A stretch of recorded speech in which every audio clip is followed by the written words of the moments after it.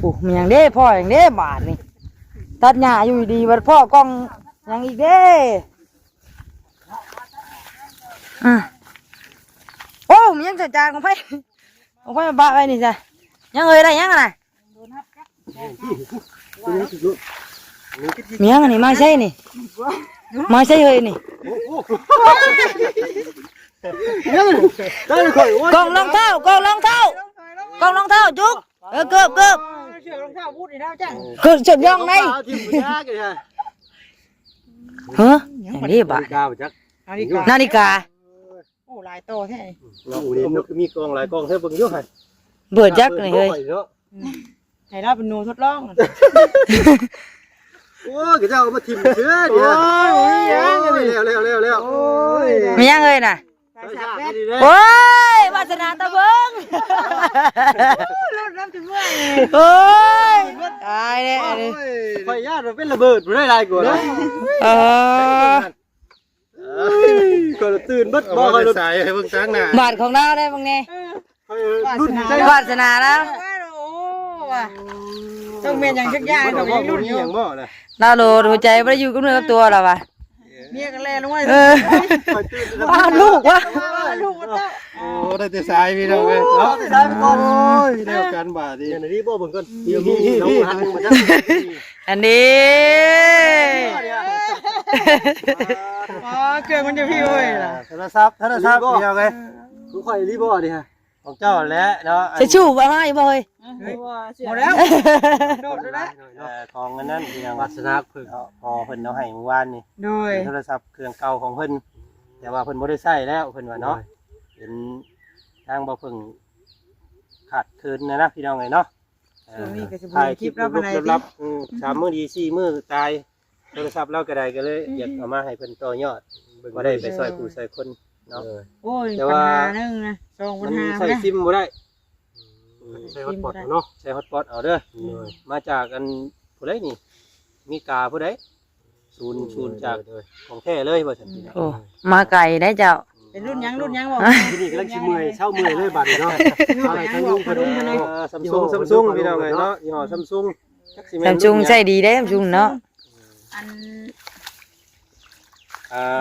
ยังเฮาบ่คือนี่35บ่ A13 สิว่าเบิ่งน้ำเครื่องมันติแต่ว่าให้บ่เพิ่งเช็คเอาเองเด้อบ่ได้เด้อเนาะแต่ว่าใช้ดีใช้ม่วนอยู่ดอกพี่น้องเอ้ยอันรหัสมันนี่เพิ่นว่า1105เด้อลองเอาไปถ่ายเปลี่ยนกันลองเบิ่งเนาะนี่แหละบ่ได้ญาติกันอินเตอร์พี่น้อยเนาะอยู่เฮือนกันอันน่ะพอโทรหาก็บ่ได้คันเห็นหน้าพ่อขึ้นให้บัตรไปโลดเนาะให้แล้วบาทนี่ใส่ลงเบิ่งเนาะแม่แล้วนั่งคักซับตัวนี้ได้นี่แม่นบ่เฒ่าภาษาอังกฤษอ่านฟังมึงแต่ว่าเป็นภาษาอังกฤษเบิดเด้อเป็นภาษาอังกฤษอีกแล้วมันตั้งภาษาไทยคือบ่มีเนาะแม่งช่วยเฮ็ดต้องให้บ่เพิ่นเชี่ยวชาญอยู่ดอกเพิ่นให้เพิ่นนี่สำคัญหลักๆก็คือกล้องพี่น้อยเนาะของบ่เพิ่นกับลูก FC เพิ่นก็คอมเมนต์มาหลายอยู่เบิ่งแล้วมันบ่เป็นตาก็บ่อยากเบิ่งเนาะจับกล้องคือสั่นแท้เพิ่นว่าเนาะมันก็สั่นนึงก็เพิ่นว่าเลยพี่น้อยเนาะขนาดยางมากก็สั่นได้มันมีระบบกันสั่นได้เนาะอันบางอันมันมีระบบกันสั่นมีอยู่แต่ว่าเฮาเปิดกันสั่นแล้วมันร้อนโทรศัพท์ดับมันก็เฮ็ดให้เฮาเสียเวลาไปนะเอาบัดนี้ก็นี่นะพี่น้อยเนาะงานเบิ่งเนาะลองใส่เบิ่งพี่น้อยเนาะบ่เพิ่งอันถึกเซอร์ไพรส์กลางทุ่งนาพอจอนเด้อของอันเพิ่นเอาให้พี่น้องเลยเนาะเพิ่นว่าแล้วแต่สิให้ไผก็ได้ว่าซั่นทางลุงก็บ่ฮู้สิเอาหยังให้เนาะพี่น้องเนาะไปนำลุงก็ได้แต่เกลือข้าวเกลือน้ำซื่อๆโอ้ยบุญหลายนะบ่มีเงินซื้อให้ใหม่เครื่องใหม่ก็ได้เนาะก็เลยนี่แหละเนาะถือโอกาสนี่เอาให้มาเพิ่งก็ได้กันเป็นครับเกลือแต่หมู่แล้วล่ะนะการทำมาหากินเนาะเครื่องใช้ทำมาหากินต่อยอดเนาะบุญกับบุญเป็นคุณทางพ่อเพิ่นนะครับขอขอบคุณกับใจที่ยืนซอยเนาะในการต่อยอดของบ่าวเพิ่งเนาะก็จักสิเว้าหยังก็ขอบคุณทุกคนทางลุงให้หลายไปหน่อยเนาะที่ผลักดันมาตลอดเนาะที่ซ้ำนี่แหละเนาะโดยเอาพี่น้องเนาะใส่ลองเบิ่งเด้อเนาะแต่เสื่อมฮอตสปอตเอาเพิ่นว่าพี่น้องเอ้ยแต่ FC หลายคนว่าเอาไปให้น้องอันน่ะสาวน้อยเลี้ยงงัวเด้อว่าซั่นพี่น้องเนาะเพิ่นเชียร์นะแต่ว่าคิดเบิ่งแล้วนี่สาวน้อยเลี้ยงงัวคือสิบ่เหมาะเนาะเพ ราะว่าหนึ่งมานี่ตัวนี้มันใส่ซิมลาวบ่ได้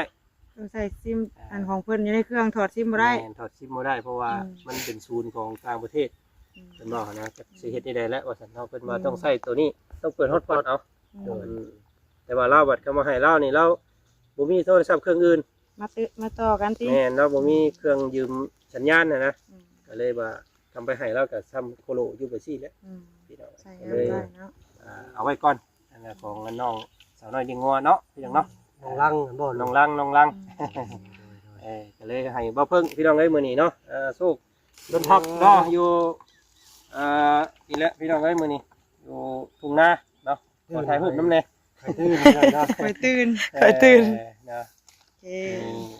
ไปตื่นก็ว่ากล้องไปจังสิดอก โอ้ยเนาะ ออกมาถ่าย ไปมาเห็นแต่สายสากเนาะ อ่อนลงคันหน้าเลยว่าแล้วก็ โอ้ยเนาะ เอาให้บาทนี้เอารุ่นกัน แท็กซี่ได้แล้ว สิ เนาะ ได้จักมือแล้วพี่น้องเอ้ย ไปยึดก่อนก็ได้ เอาขึ้นไปสากไว้ก่อน ตรงน้ำมันแน่แล้วนี่เนาะ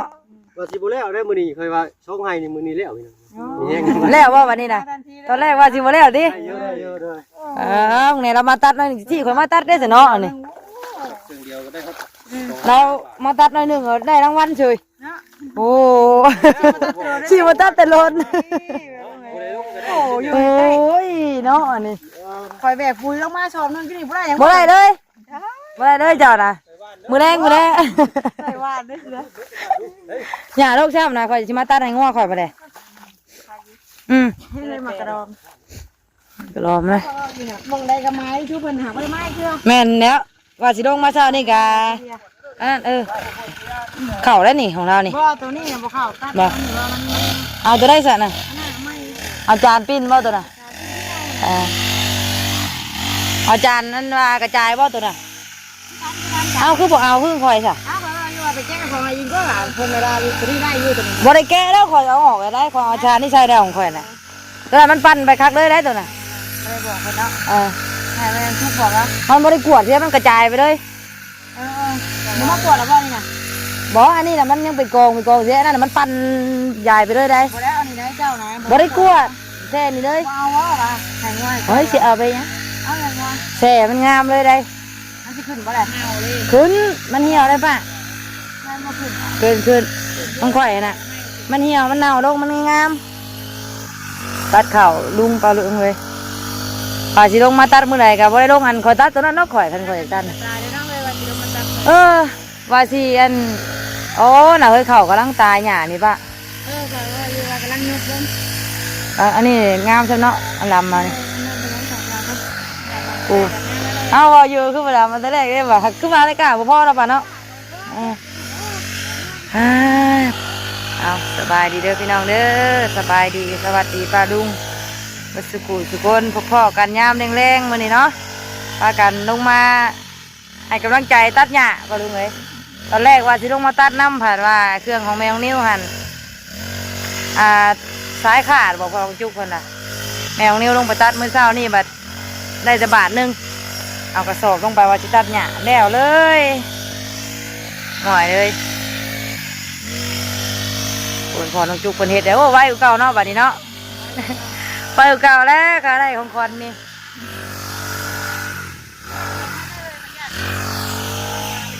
เอาเพิ่นไปซื้อพ่อเนี่ยเพิ่นไปซื้อข้ามไปซื้อเพิ่นไม่ต้องเจอเพิ่นเนี่ยกลางนี่อันนั่นเนาะก็ต้องเนาะ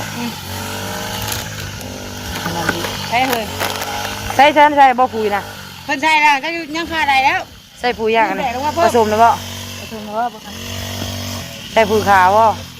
หรือว่าผสมเอา โอ้สงสัยบ่ได้แต่ตัวนั้นน่ะ เออ พ่อได้เดี๋ยว บ่ได้ใช่ผสมบ่ เบิดบ่ เอาปุ๋ยนี่ก่อนแบบช่วงนั้น ยังกระยาแล้วป่ะ ว่าปุ๋ยน่ะได้ปุ๋ย อันนี้ปุ๋ยเด้งดิค่ะคือกันเขาใส่เขาตัดแล้วท่านได้ใส่บ่อยอ่ะได้ล่ะ ได้เลยที่เสียได้เลย ได้ที่นี่ได้ล่ะ ได้แล้ว ขายว่าก ำลังยืนนั่นแล้วหญ้ากำลังยุบลงของจุกอ่ะ ลอง เราจะไปยังมาทีเดียว ลองมา ท่องเลยได้ เอา ไปสิบ้านเลยเนาะห้างใช้ ถามมึงคนมา ห้องนอนที่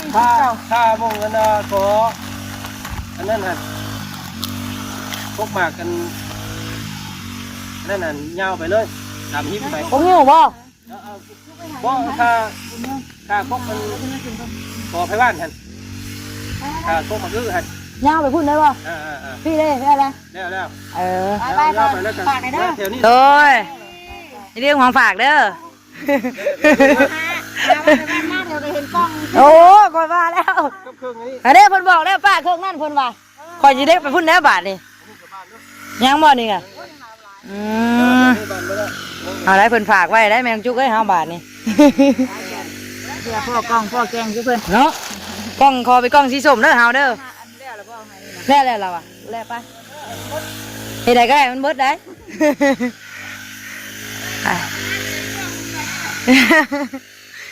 เฮ็ดได้ก็ได้มันเบิดโอ้ยน้ำปักตีนเลยจากการเดียวปะลุงเอ้ยเนาะว่าสิมาตัดช่วยกันทั้งเครื่องมักพุ่นละเถาไปเปลี่ยนกันว่านคนละคู่เฮาไหนก็ได้มันเบิดเพิ่นว่าฉีดยาใช่ไหมฉีดเด้นี่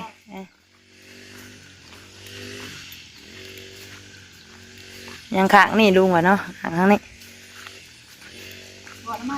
ก่อนน้ำไม้บงหะสายไพ่เล่นนี่เนาะมาแล้วนะเกี่ยวงามจัง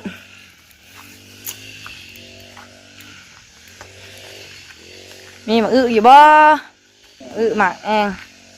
หมากแตงกับบก้าฮดเข่าไปเบิ่งแล้วก่อยญาติ6 ซ้ำเอาพางมันเนาะเฮ้ยเนาะพางไปเกงเนาะเจ้าบานก่อนนะบ่ขอเช้าคู่นั่นก็ได้จ้ะ6 แค่เท่าสิกะเข้าไปเบิ่งผู้อย่ามันชกแข็งเฮ้ยหน่อไม้เนาะบ่ได้ฮักแม่น้องจุกเพิ่นลงก่อนไปดูไงเนาะอย่างนิ้วทั้งนั้นยาวพูนเด้อยาวพูนเด้อเถ่าปุยขาวเนาะปุยอันทางป่ากับลุงเพิ่นไปหับน้องเชอ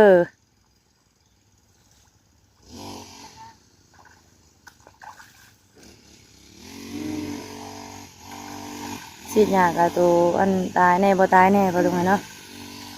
ปุแหละแต่การจังไปเปลี่ยนเนาตัดปุแหละเถ่าเอ้ยเปลี่ยนกันตะกี้ว่าสิเอาลงมา2 อันเนาะของแมวนิ้วบัติดบ่ได้บาดนี้โอ้ยงัวกระถาอยู่โหพุ่นโหพี่ผู้ยังไม่ได้กินหญ้าเลยมื้อนี้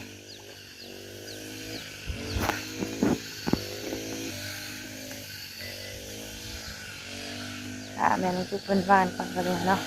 แมวนิ้วสิไปว่านทั้งนั้นยังอีกอยู่ของจุกก็โอ้ใส่สายเร่งเลยเนาะบัดนี้เนาะตึกเสื้อผ้านะหาเด้อเถ่าเอ้ยทั้งหน้านะยันเผื่อเพิ่นไว้อีกนั่งเถื่อเป็นป้ากล้องป้ายังไว้อีกฮะ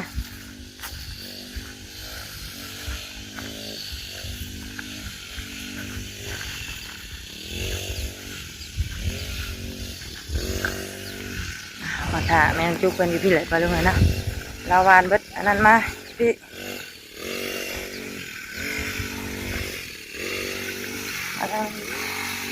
เครื่องนี้บัดดำเอาพอดูหน่อยเนาะเครื่องนี้บัดดำเอางามอยู่เครื่องนี้แบบนี้ตัวอย่างนี่เขาลาย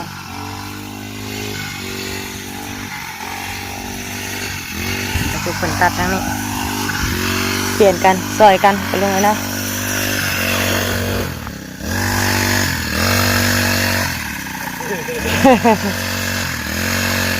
เจ้าบอลใบพัดตรงข่อยนะมาเลยเจ้าบอลตัวใบพัดตรงข่อยเนี่ยเอาไปเปรย์เนี่ยย่านบอลน่ะย่านยัง แล้วมันตีแก้วมันแตกไงคะ มันจะมีแก้วไม่ใช่อยู่ให้หน้าพี่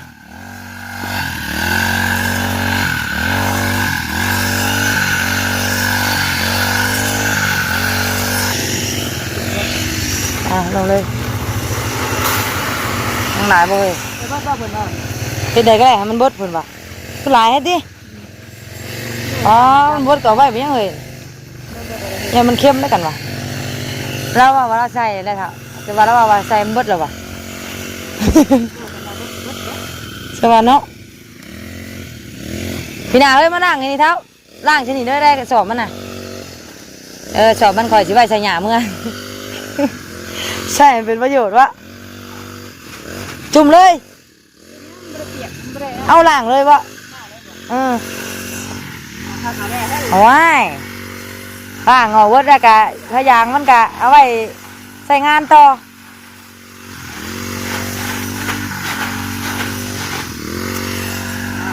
เป็นไหนหวานเบิดดิเลยดูเค็มแห้งเลยเนาะหายของเขาอีกแล้วนี่เนาะ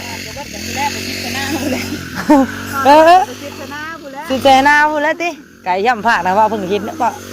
เพื่อสีนั่นนี่เนาะจะไปหวานปุ๋ยก่อนก็ลุงไงเนาะจังหน่อยพูดแล้วจังเปลี่ยนพอลองจุกเพิ่น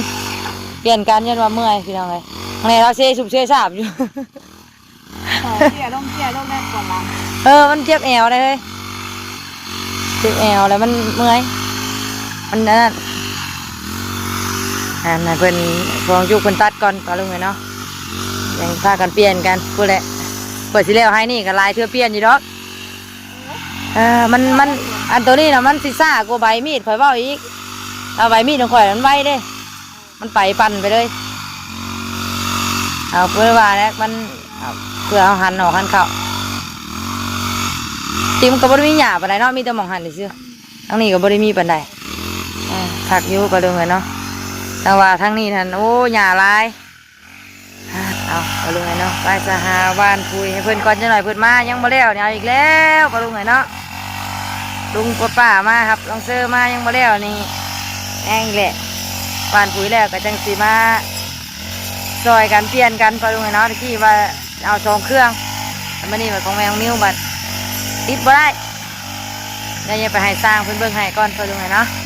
ไปจากปลาลุงไงเนาะสำหรับที่นี่ก็สิได้ขอลำลาปลาลุงก่อนเด้อบ้านนี้เนาะไปพบพ่อกันคลิปหน้าปลาลุงไงเนาะคลิปนี้ลาแล้วสบายดีวัดจุกุทุกคนเด้อเนาะพอกันทำเลงที่เราเลยข้างหลังมันจะเป็นเรื่องแม่น้องปิวเพิ่นข้างหลังทางเนาะใกล้กันปลาลุงไงเนาะเท่ากับทางนี้เปลี่ยนกันปลาลุงไงเนาะเมื่อยก็พักตัดแล้วก็จีมาตัดหญ้าพี่น้องเลยอย่างเด้บัด เปียกไปแล้วเนาะเพื่อแล้วเนาะเพื่อแล้วนี่เปียกไปแล้วนี่เพื่อแล้วนี่พวกแห้งเปียกไปแล้วมันมีน้ำผูกแต่จากไปพอน้องเจอเพิ่นไปสาวกาสิไปบ้านปุยลูกปั้นปลาลุงเลยเนาะบ้านทางนี้ได้ก็ได้มันเบิดเพิ่นว่าว่าได้ก็ได้ไม่แต่เบ็ดไปใส่หน้าเฮาพูดแล้วเนาะมันจึงเบิดไว้ปลาลุงเลยไปลาแล้วปลาลุงเลยเนาะพอกันคลิปหน้าเด้อสบายดีเปลี่ยนกันได้ทั้งนั้นเอานี่แหละมีเมียก็ดีอย่างนี้แหละ จะได้ช่วยกัน มีเมียก็ดีอย่างนี้แหละของเราใหม่เว้ยของพ่อเต๋อบ่ฮะเฉพาะยังใหม่แล้วไอ้ดีเอาลุงมาซื้อมาปีที่แล้วเด้พ่อยังใหม่อยู่เนาะแม่น้ำจุกบาทนี่แม่น้ำจุกลุยงานบาทขายขาดขายดึงมันขาดเราจะดึงเบิ่งมันขาด